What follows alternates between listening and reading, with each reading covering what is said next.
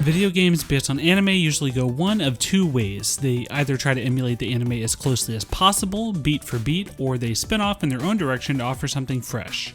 It's hard to have it both ways, and Sword Art Online Alicization Lycoris' attempt to pull it off ends so badly it's not worth putting up with to experience the engaging combat or making the long journey to the point where you can actually play co-op.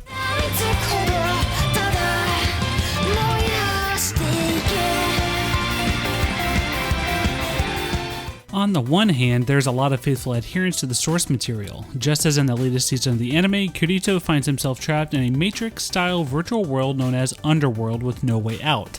And many of the show's familiar characters, such as Yu-Gi-Oh, are here in full force and fully playable.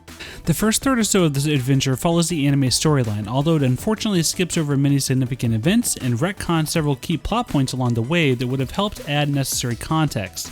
It feels incomplete. The result is a story that lacks focus and spreads itself too thin.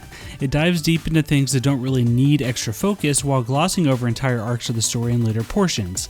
There's also no option for English voiceover, which is a drag if you prefer dubbed games. And it's kind of shocking how much time you're forced to spend reading through the story in subtitles. It's not uncommon to literally spend 5 minutes on a quest to kill a monster and then spend the next full hour bouncing between long loading screens and 2D character illustrations, talking to each other relentlessly.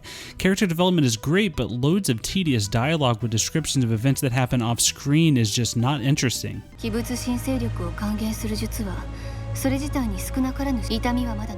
When you actually get to play for more than a few minutes, Sword Art Online's combat is engaging. Everything happens in real time with beautiful art and animation, so even though the fiction is set within an MMO, the combat doesn't feel like one.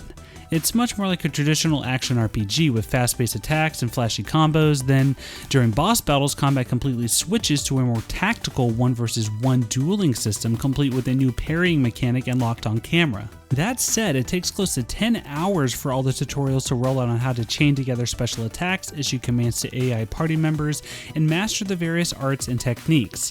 Until then, the companion AI is nearly useless because they rarely act without being given orders. Having to wait that long before being let loose feels excessive, and it's frustrating to not be able to experiment with companion combos early on. To its credit, Alicization Lycoris absolutely nails the thrill and spectacle of the anime from top to bottom, though with its dazzling effects and superb music. That is, when it's all working well.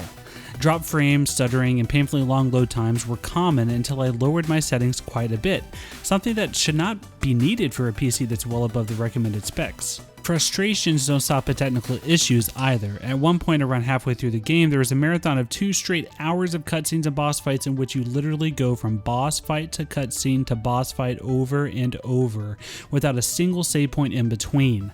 After dying near the end, I lost 2 hours of progress. That was infuriating.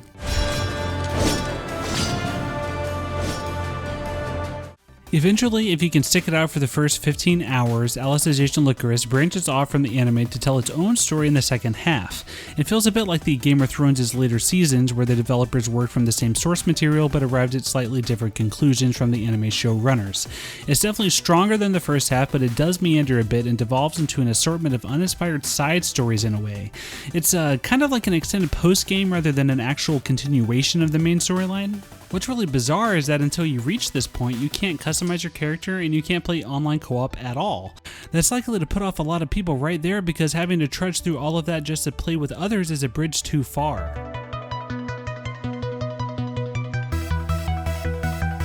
Alicization Lycoris feels like an amalgamation of ideas for Sword Art Online games of different genres without much thought given to how they can fit together, and the seams are showing. It definitely had potential, but squandered the majority of it on a lackluster retelling of the anime's latest season that leaves out interesting parts in favor of extended, boring visual novel-style conversations, locking out co-op and a character customization for the first half, and a litany of performance problems. The exciting combat and interesting characters aren't enough to save this action RPG from being just another disappointing footnote in the anime's legacy. For more on Sword Art Online's latest games, check out our review for 2018's Fatal Bullet. And for everything else, stay tuned to IGN.